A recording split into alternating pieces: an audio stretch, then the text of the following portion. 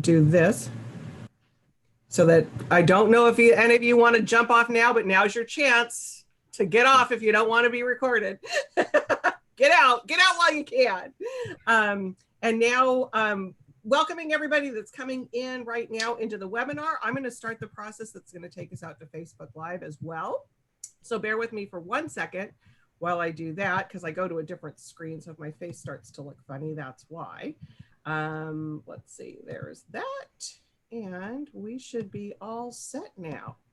So we're live on Facebook. We're recording. Hello, John. Hello, Brandon. Hello, Sean. Hey, hello. How is everybody? Great. Good. Excellent. So I think we have just about every time zone covered right now. Brandon's coming to us from Italy. Is that correct? Yeah, Capri. Oh, that's not too bad of a place to be. Yeah, meno male. Although, La Jolla, California, that's not bad either. Sean, you're in Coronado. Yeah. Coronado, it's pretty nice too. John, where are you calling in from? East Coast, Florida, Central Florida. Okay, so there you go. So and hopefully we've got some people in the middle of the country that might be joining us. So I'm going to fill a little bit of airtime just to let people get settled in on the webinar and also on Facebook Live. So just going to talk about Warwick's for a quick minute here for those that might not be familiar with who we are. We are located, like I said, La Jolla, San Diego, California. My little sign there says 1896. We are celebrating our 125th anniversary this year. So Brandon has been part of what we like to call, what we're known for is our wonderful author event. So in this virtual world, we get John and Brandon, but Brandon, we've hosted you quite a few times at the store too. Yeah, I love the store. Yeah, it's been really fun to be able to host you there. I bought my kids many books in that store. You were definitely a regular when you were here in town. So we appreciate that very much. So if you have not bought Steel Fear yet, go to warwicks.com. I like to say any way that there is to get a book, you can get it from Warwick's. We ship books. If you're in the San Diego, La Jolla area, you can come visit us. If you're on Facebook, Amanda's going to be in the background and she'll put that link in there for you to do that.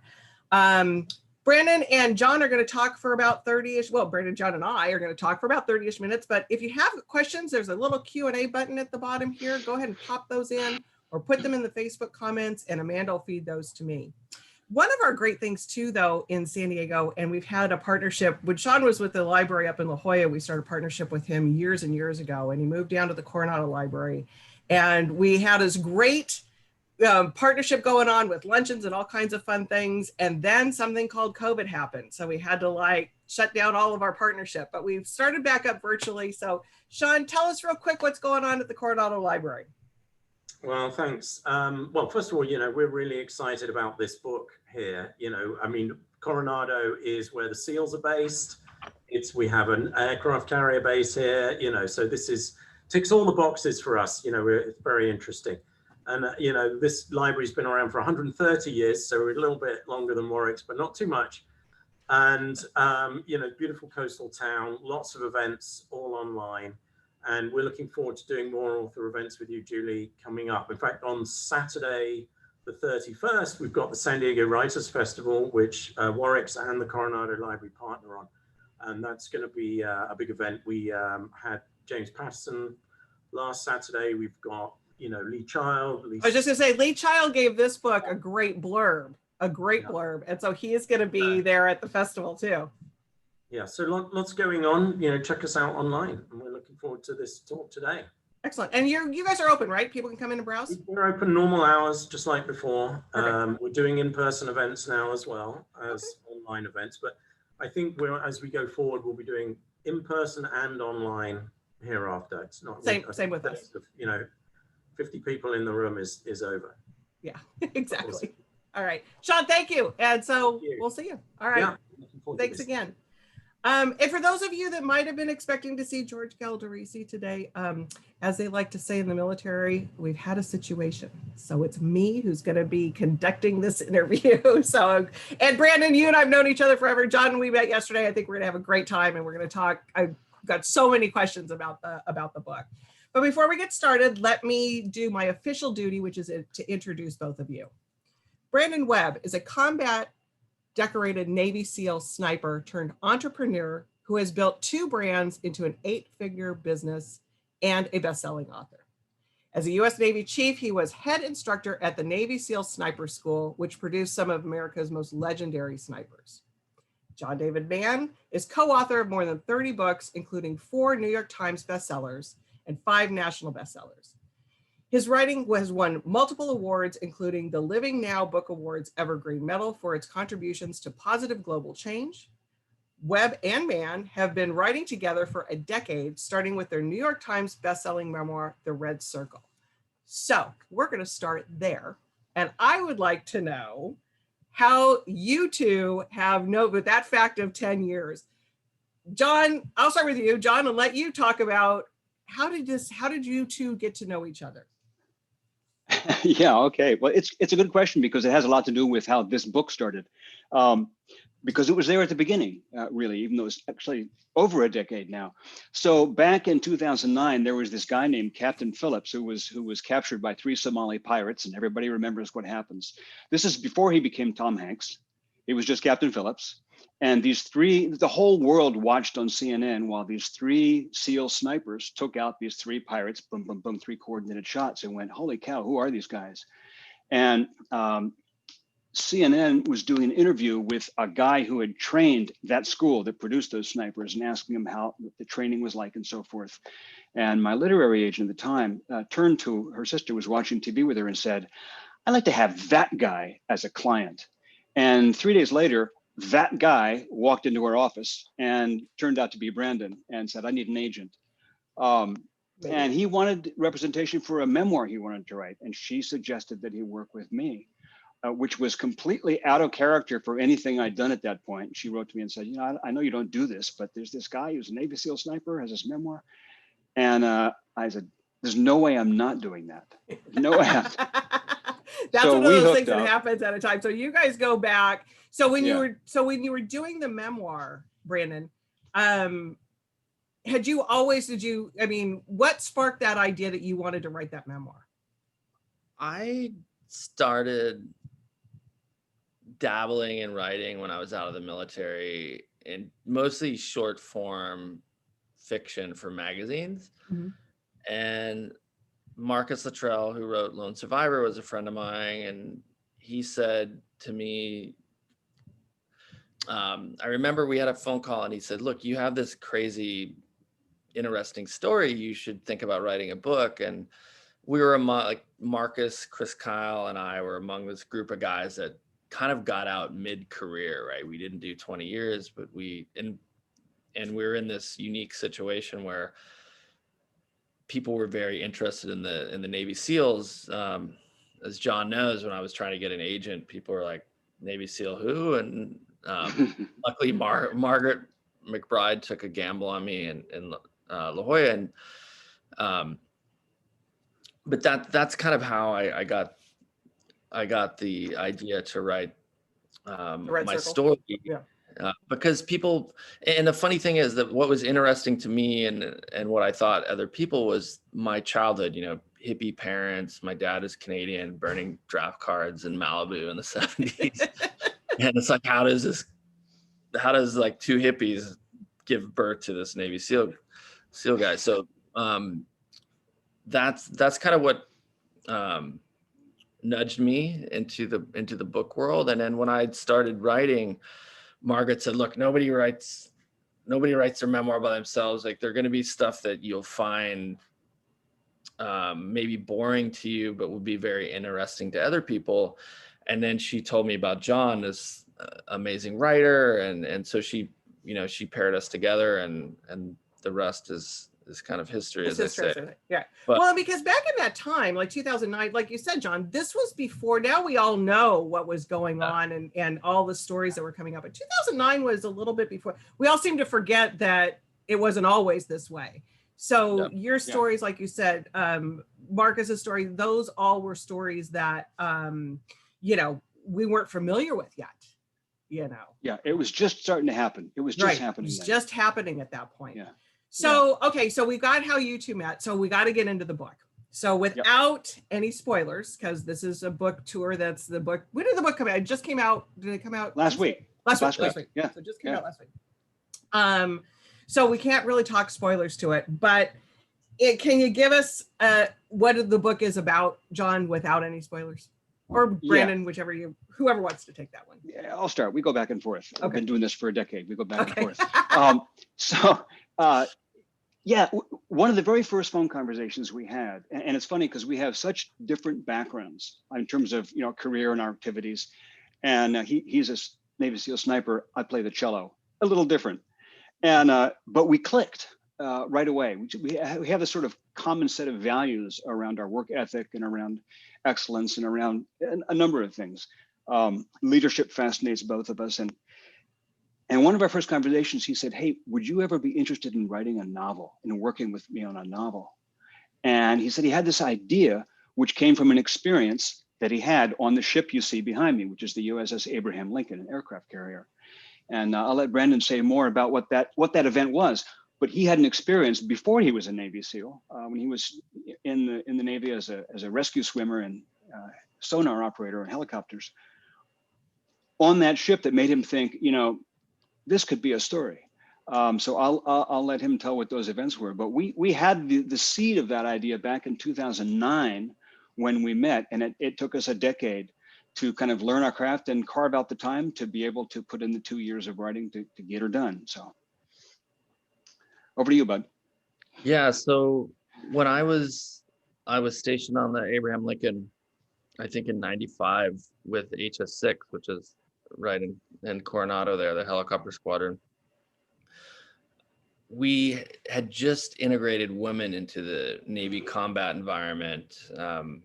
We had women flying F-14 fighter jets, and they had recently kind of integrated women into this ship environment, right? Which the Lincoln is like a floating city. It's 6,000 people. We have hospital, stores, restaurants. It's this floating city.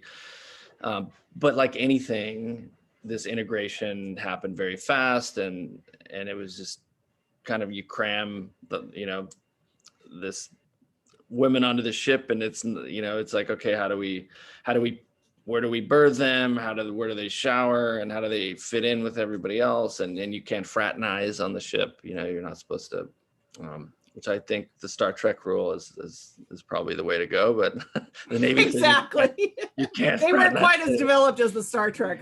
Yeah. What happens after hours is fine. Right. But as a kind of new rescue swimmer, my first deployment, we had a lot of things happen on that deployment that John and I put into this book, including a captain that wasn't a very good leader of the carrier at the time, which we wrote about in the Red Circle, actually.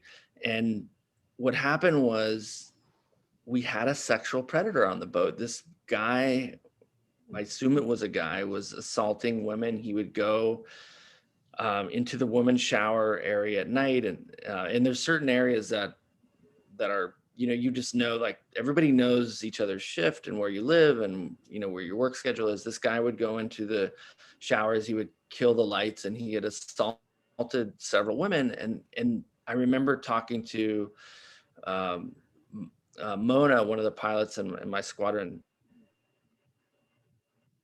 Oh no, he froze right at the boat. Right. I can tell you, I can take it from there because we lost you, Brandon. He'll come back. He'll come back. He's on a Capri break. But yeah. So Brandon. Oh, there he is. There's back. Hey, Brandon, you kind of froze. You froze for a minute there, Brandon. Like right at a very. Right at the good part. Right at the good part. Okay, I'll fill in while he's on connectivity.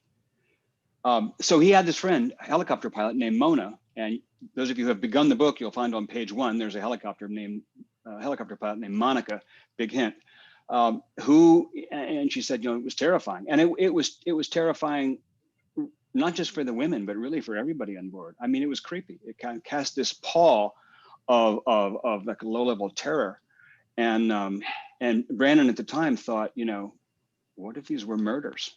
And you're back on, dude, yeah? Oh my gosh. there. No, that had to have been, yeah. The military vessel, 6,000 people, like I said, hugely complex bureaucracy on board, is totally equipped to go to war, totally equipped to go offense, defense, totally equipped to do all the things a carrier does, not equipped to function like a police department, and a whole city bureaucracy and handle crime like you have in a city. Right. Well, and I was going to say too, one of my questions was, is like, in this, I mean, you obviously can't have cameras, but this might have been before, and maybe they're on there now. Are there any cameras on the flight deck? No. Yes, Just nowhere else. Yeah. And even still to this day, is that true? I believe so. Okay. I think so. Yeah. Yeah. It's just, you think about this, it's like going on a cruise ship, right? Imagine yourself on a cruise ship and this similar thing happens. The cruise ship is not equipped to deal with a complex crime like this, and neither is the Navy, and there's no need to like wire the ship for cameras. It would be incredibly expensive, for one, and then like who's going to look at the footage, and you're there to do a job, right? The flight deck is monitored for accident investigations, but yeah, it's yeah, you're right. I was just thinking, it was just like, oh my God. It's a good question, because it's a good question. It was one of those. So you have the female protagonist that you start out with. And Brandon, maybe did you bring Sally Ride into this because of San Diego at all? Or what was that connection of the Sally Ride connection and bringing her into the story or the description? Because doesn't she, Brandon went again. We have to grab him when we can. He's gone again. So Brandon, you're out for a minute, but we just wanted to, I think we both, almost without even talking about it, we both wanted this female character to be, I mean, she's not strictly speaking the central character of the book. Strictly speaking, that's Finn, who's this guy who's a Navy SEAL, who was the stranger in town kind of character. He drops on his helicopter, I don't know, at the very beginning. But we wanted this female character to be every bit as interesting, every bit as complex, and every bit as intriguing as him. Mm-hmm. And so, I think, again, almost without even talking about it, we just started, spinning. What was her backstory? Where did she come from? Got it. And coming into this environment where women are kind of brand new in this very masculine world, just try to picture what that would be like for her. So she kind of grew from there. Got it. So what were the biggest challenges that you had in writing this story? And I'll let either one of you, Brandon, if you've got. He's there. Yeah, I would say the biggest challenge John and I had was describing this complex environment in a way that people could understand and identify with, because unless you've been on that ship, it's very hard to imagine it. And that was why I felt it was important to get John on the ship, which he did, a visit to the Lincoln. To me, that was one of the biggest challenges. It's one of those things where it's like if you're writing a book about forensics, there's a crime CSI kind of person. You want to get all this forensics right, and you want to explain it all, but you don't want it to be a lecture. It's the same with all the military stuff. Yeah. You want to describe this military world so people feel the reality of it, particularly if they've never been there. They can be on there. But that isn't the story. That's only the setting, Right. So I think for us, the challenge was and I have no military background. I've got 10 years of working with Brandon. So that's, that has informed me a lot. But the challenge is to put you on that ship, but then let that all be in the background so the story can unfold. It's not really a military story per se. It's a murder mystery, basically. Right. But it's in a military environment, which is really, really different. It's really different. And I think that to try to get people to conceptualize what 6,000 people on that, what that feels like and what that's like, I think it's a hard thing for some people to conceptualize. And so that I think would be. I read a story online about a guy who went on an aircraft carrier 6-month tour, same time as his brother. And he and his brother, from the first day they went on, never saw each other until the day they got off. This is actually a true story. I thought that's got to go in. I think it's on like page 4 or 5 or something like that. And that, I think, helped people get a concept of just how big this thing is. You don't bump into each other. It's not one little room or 5 little rooms. It's like Brandon said, it's a city. It's a floating city. Right. Because I think people maybe have this concept of it's like a submarine, like you're walking down the same passages, and that because you're on this condensed, you're on the floating little island thing, but it's just like, I think that must have been a hard one. So in the collaborative process though, now Brandon, you're off in Capri right now, but where are you living in California full time now, or are you somewhere else? No, I've been in between New York and Puerto Rico for the last 7 years. Okay. And so how did what's your writing process between the two of you? Does one person write something? So how does the technicality of actually just writing this as a collaboration work? I mean, John and I think are still, believe it or not, we're still figuring that out. But with Steel Fear, I had started writing, the skeleton of the story, and got to a point where I was going, wow, this is really a lot of heavy lifting. Nope. Yeah, that connectivity, man. So he'll be back in a second. There he is. Writing nonfiction.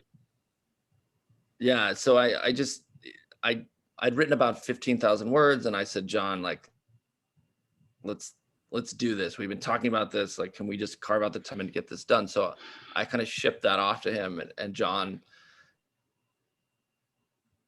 took it from there. John, take it from there. Take it from there. Yeah. So just. In a way, it's the same thing we've been doing for 10 years. I mean, because this is our 7th book together. Okay. And even though this is fiction, this is our novel. First time we've done this. Right. We've completed 6 other books, and the process has been kind of similar every time. Yeah. But as Brennan says, it's an evolving process. Doing a novel was the characters 10 times much more interesting. Complex. Yeah, 10 times more complex than anything else we ever did. So. Well, because I think that the difference would be, it's like, because a novel has to have a certain pacing and a certain kind of way that it takes you, you know what I mean? And you have to, and this is a thriller, so it's got to have that. And not to say that nonfiction doesn't necessarily need a pace, but you're absolutely right. It's totally different. It's completely different. And that was the big learning experience, certainly I think for both of us in this. I describe it this way. It's like when I'm working on this book, it's like I'm a mad scientist in a laboratory, and I'm building Frankenstein. And Brandon is like the perfect collaborator, because he kind of leaves me alone. I close my door and I'm in my room, and I'm working on this monster. And every once in a while I go, how do you attach the leg? And where I need to get a liver from somewhere, and I'll get him on the phone, or I'll get him on email. We do most of this on email, honestly. Okay. But we talk for dozens of hours on the phone in the process of a book.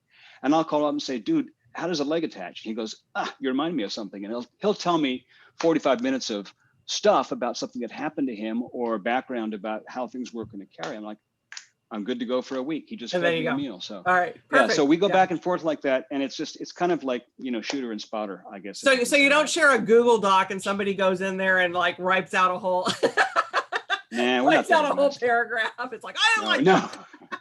No, it's much more organic than that. Not Google Docs. So being that it's a military, I mean, it's not a military novel, it is sort of, and I don't know if this runs under the same sort of thing that maybe some of the memoirs do, but Brandon, do you have to go after any DOJ approval on any of this for this particular book? Oh, that's the beauty. Yeah, it's the beauty of the novel. Beauty of fiction. Yeah, no approval. No approval. Yeah, we've gone down that road. We've been in that road. It can be really, really tough, because there's from the writer's point of view, there's what feels like a certain amount of arbitrariness, and that's all I'm going to say about that. But we didn't have to go down that road for this one. It's great. Did you have to do it on your previous ones? The ones that you collaborated on? Some of it, yeah. Some, yeah. Because I imagine that's a daunting process. Yeah, Killing School. We did maybe Among Heroes. I think even Among Heroes. Yeah, we did. So. Did you get anything? Did anything have to get redacted? Oh yeah. You know what's funny is the weird stuff. The dirty secret is the redactions are more like PR like related. You think that, oh, this is like a Yeah. technical detail. No, the Navy just wants to look good. Got it. It's all about recruiting, isn't it? It's all about recruiting. You got to get people. That's what, like, Top Gun is the biggest recruiting movie of all time, right? When I was on the Lincoln there, you see there, when I actually visited there, the cruise crew had just been on there shooting footage for Top Gun 2. It was pretty fun. You know, but it's a funny thing though, because this book, in a sense, you could say it puts the military in a bad light. You could say that, but I don't think it's true. I think it puts the military in a really, really good light, honestly. Yeah, there's a captain who's an idiot, and we don't, you know, he doesn't come off very well at all in the book. And there are some other characters, you know, who are obviously part of the Navy who aren't very clean. But there are some phenomenal characters in there too, who just really do the military proud. And there's this environment, and Brandon likes to talk about this, and maybe he will as well. But you know, we tried to portray the diversity of military culture, which is really feel. I mean, and there are commanders. I mean, sorry, there are people in every corporation that you're at too. That it's just like, you know, sometimes you got people that are heading things up that maybe shouldn't be, but you know, but not in publishing. It's not a rah novel. And when we actually sold the book to series, we had a couple like very large prominent directors that's what they like. They like those kind of extremely pro-military rah. We're like, this is not that. It's a true representation of the military. I agree with John. It puts the military in a good light, but this is describing it how it is. How it really is. Yeah. Yeah. We do have a question that came in, and I think it's a good one. It kind of relates to what's going on right now. And my DOJ question was a little bit, did you have to go, or did you get, and when you were researching, did you get cooperation from the Navy in researching this type of book? Did you ever have to go out, or did you just do it all from? I mean, they let John on the ship. John got an amazing tour. Okay. Which I think they were fabulous. They were great. They were fabulous to us. And they never asked, you know, what are you going to say in this book? Not a hint of it. So they were terrific. I think that's really the only place where we went to them for help, as far as I know. Yeah. Interesting. They were great. So obviously this is based on a real life incident. And some other things. I'm sure there are other things that are in there. But was there anything that you didn't put in the book that you wish you had, or can you share what it was maybe that you didn't? I always like to do what you can't Google. I always like the behind the scenes. 120. We turned in 120,000 words, something like that, John, or close to. Yeah, actually closer to 100,000, really. It started out. 100,000. We had to take a lot. Yeah, 20,000 plus words out. So there's a lot of stuff that we. Yeah. Anything in particular that now that hindsight is I wish I would have kept that in there? I would say no. I mean, not anything that's really, really crucial. In fact, to me, you know, the big learning experience was in a novel, how much you can take out and how much better it gets. I mean, our agent, Alyssa Rubin, and our editor and Spire, both of them really worked with us on paring it down. And it was like, you know, like cutting off your skin and your flesh. You feel like you bleed, but it's got to be tight and taut. So it was great. Good. And I want to remind everybody, both on Facebook and here, that if you have a question, go ahead and put it if you're on Facebook, go ahead and put it in the comment section and we'll get that to you. Or there's the little Q&A button at the bottom of your screen. You can put questions in if you like, because while I have my questions, the audience questions always seem to be better than mine. So this is another one that, in talking about the book, and you've gotten some great quotes on it. Like I mentioned earlier, the Lee Child quote is fantastic. What's your favorite comparison to the book so far? Let you dive on that one first. Oh, I don't know. I mean, when I think of comps and what inspired me, it's Clancy. Like, I think Tom Clancy always did an incredible job of researching and getting the technical details right. I struggle with reading a lot of military books because the writing is amazing, but they don't get the details right. You know, the ramp doesn't come down the way they describe it in a C-130 when guys parachute out of it, you know, just like the basic stuff. So it's something that I think was important for John and I to have the writing be good, but also for us to get a technical details and I think we've had a couple reviews now on Amazon where somebody had served and said the details are all right. Yeah. You nailed it. Yeah. And that's the best kind of compliment you can get, is when somebody that's been there. And military readers, I got to tell you, Served on a ship and really, said, wow, this takes me back to. there we go. Yeah, sorry, Brandon, we keep cutting you out, so that's why we're not really trying to talk over you. We're not talking over you. When you freeze, we kind of just keep going. We just jump in. Military readers Yeah. will let you know if you get the caliber of a single bullet wrong. I mean, they will definitely let you know. And And that's the kind of thing that sometimes I think, and as a reader, because I'm a reader, I'm not a writer, and as a reader, when a detail's wrong, even with It's something important. in history or whatever, it zaps you out of the story. Yeah. So if Yeah. you are in the military and you're reading something and you want it to be authentic and there's a detail that's wrong, it's like, oh, so kudos to you. So Julie, just to back to your question, I'll take a shot at that one too, which is, two of my absolute very top favorite crime writers are Lee Child and Robert Crace.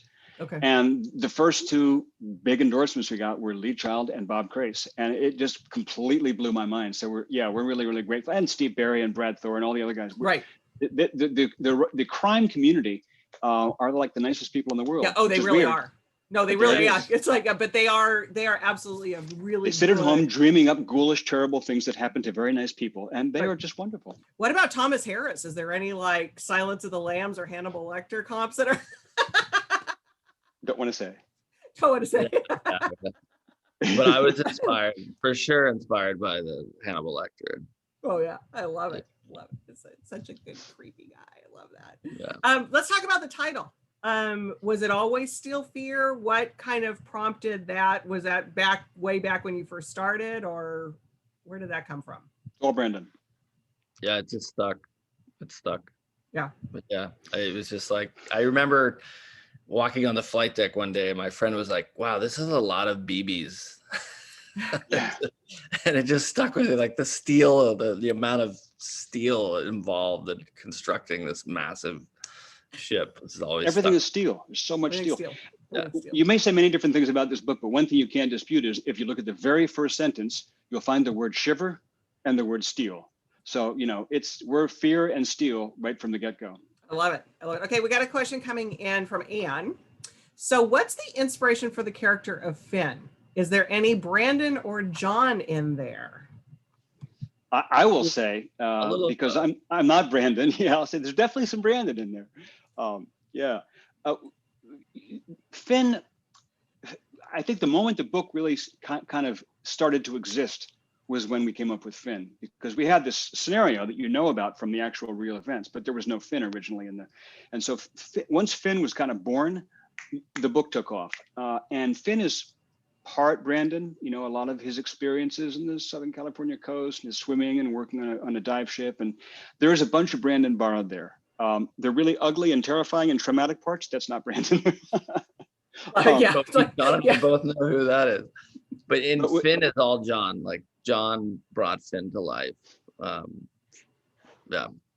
love that. Which is, I didn't set out to write a series, and it's the amazing thing is like we birthed this character, and now is just like given life to this whole series, which is pretty amazing. Well, that's what the next question from Adrian is. Will Finn reappear in the series? Oh yeah. Oh yeah. Oh yeah. Oh, So yeah. the series is definitely based on Finn then. We're already almost done book 2. So. Yeah. Wow. Okay. Oh, that's Yeah. fantastic. We didn't honestly know that the book was going to be a book until we finished it, because you don't write. We're used to the nonfiction world where you write a chapter, some outline, and write a few pages of proposal, and you sell it to a publisher. They give you an advance, and boom, you got a contract. Not a novel. A novel, you write the whole thing, Right. completely finished, and then you shop it and pray that somebody will buy it. And someone did, Bantam. And when Bantam bought it, they offered us a 2-book deal. So boom, the series was born, officially in a contract. Yeah. So yeah, book 2 is almost done. Well, and I think the thing that with the series too, and this is something that in the thriller world, and we've hosted many of them. I mean, Robert Craze all the time, Don Wins. I mean, we've hosted a lot of them. And the thing that is what keeps them is that next book. It's like writing that. You almost have to write a book a year almost in this world, because once you hook them, your audience wants more. Are you prepared to do that? Yes, 100%. I was going to say no, but yes, but we're doing it anyway. Maybe not prepared, but we're going to do it. We're excited. That's about it. right. Yeah. Well, that's good because it's like there was another question coming in. So when the writing process, and you kind of touched on this a little bit, do either of you have greater strengths or weaknesses in different kinds of writing, like dialogue, description, plotting? So is that mainly you, John, and Brandon, you've got the details and the ideas? Is that the? I mean, it's tough. I'm not sure I'd break it. You go first. No, I would say I feel like I am strong on plot, like plot development, details, obviously. And I think, I mean, John is an incredible writer. And I always knew, I was like, I can't wait to see John write fiction. But the character development is incredible. Like when John started bringing these characters to life and in ways I couldn't have imagined, I had to go back to school. I was like going on these forums and reading books on character development, because you cannot get off lightly. Like you can't cheat on character development, because it shows up. Well, and especially if you're going to have a series. Yeah. You know, that's really imperative when it's a character that is going to continue on. And John's music background as a composer, like the pacing is amazing. Like the way he thinks about, the pacing is something I've learned a ton, and been, or I've just become a much better writer just working with John, especially on this book. It's a craft. I mean, it's one of those things that, it's one of those things that you have to, whatever your part of the process is as a collaboration, it's still a craft. It's still a craft, and you have to work at it, and you only get better doing it. It would be too simplified. I'm sorry. I was going to say it would be an oversimplification to say Brandon's like idea guy and I'm like craft guy. Got it. But there's something to that. I mean, I can do the heavy lifting in terms of drafting the actual, flow of the material. But Brandon has this Brandon is always seeing things in a different way and coming up with a new idea. And that's what has made him, if I may say, a really successful entrepreneur. It's that kind of, here's what everybody else has seen, but what if we did it that way and gave that spin or that twist? And that's exactly what you need to make a novel, make a novel jump. So it's a good, I think we're a good matchup. We're going to do more. So John, are you, because Brandon, I'm just actually asking you this question too, but John, are you a full-time writer? That's your profession, as you're an author, that's what you do full-time? Or do you other things? Also, husband, dog companion, sleep, eat, otherwise writer. Yeah, all that other stuff. Because Brandon, you have your hands and your fingers in all kinds of stuff, right? So this is like one of your projects that you do, correct? Yeah, I mean, look, it's hard for me to describe sometimes what I do, but I feel like I'm a creator. I love business. I'm now mostly focused on my media business, SoftRep, and writing with John. Like this is something that the process has inspired me, and it's something that I really want to dig into and support as John and I go on this journey together, because it's a totally different direction for both of us, and to kind of see it come to life and what it could be as a real strong franchise. That's exciting to me, as an entrepreneur and somebody who likes to create things. Right. So well, and I think it's one of those things that will this might take on a life of its own and direct you into that. I mean, what it's like, it's going to push you in that direction. Which, speaking of, okay, got a question coming in too. Will the next book take place on the Lincoln, or will it be somewhere else? No, it's not a spoiler to say this because it's in the book. But go ahead, you're going to say. Yeah. I mean, John, we finished enough of the second book to put a portion of it at the back end of Steel Fear, so it takes place in Iceland. I love that. Yeah, that's a and we honestly, maybe you need to do a little bit of research in Iceland. I'm seeing a trip to Iceland in your future. I've been there. You think? Yeah, maybe so. Yeah, it started. John, you need to get John there. I mean, we honestly thought there was a time we thought, well, so book 2, what, submarine, spaceship? I mean, what's the environment?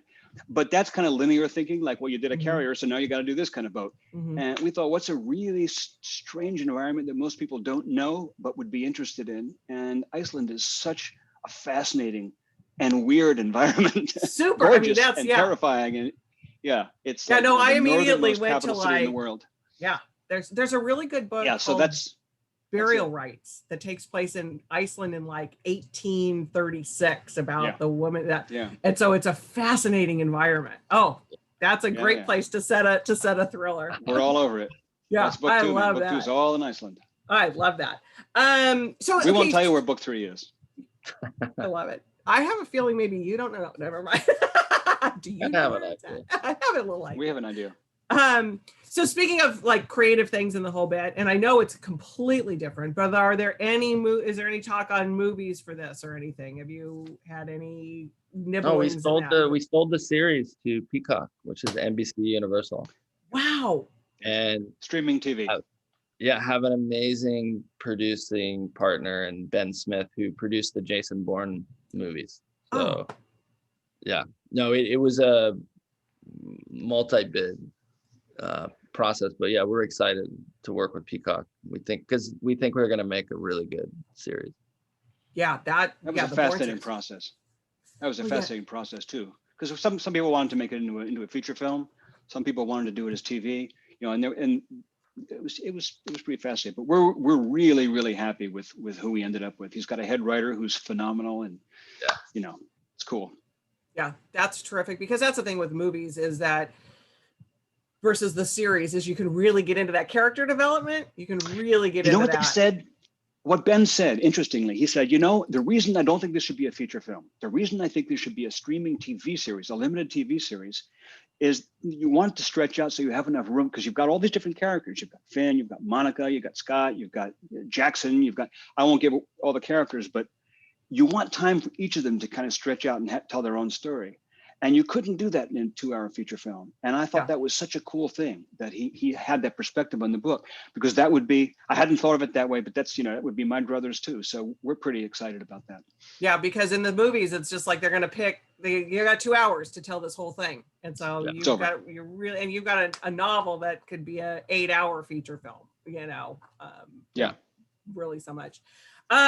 So what do you want somebody to take away from? Is there something that you want people to take away from? I mean, know it's a thriller. I know it's, you know, and ultimately we're here to entertain. But is there anything that you really want people to take away from this? I got a couple answers on that one. Go then. Go for it. You know, well, you know, one of them is, I mean, I guess I'll say this. One of the themes of the book, and I don't mean theme as in we tried to hit you over the head with it, but it's something that's always fascinated both Brandon and myself, and we wrote about it in our first book, The Red Circle. And that's, you know, the idea of great leadership and crappy leadership. And one of the things is you have all this awful stuff going on in this environment. You have people dying, all this killing happening. But the larger question in a way is, so what's the environment that allowed this infection to take place? And it comes back to the leadership. It comes back to the captain. And you know, that reflects an experience that we both had these experiences in different environments, but Brandon had this tour on the Lincoln, which was just terrible. And then a year later, he had another 6-month tour on a different ship, which we actually tell the story in the Steel Fear from Finn's point of view.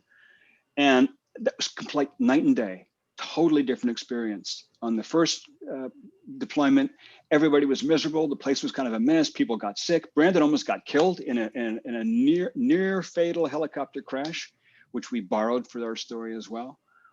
On the other deployment, everything was fabulous. Everything was fantastic. Things ran like they should, ship shape, right?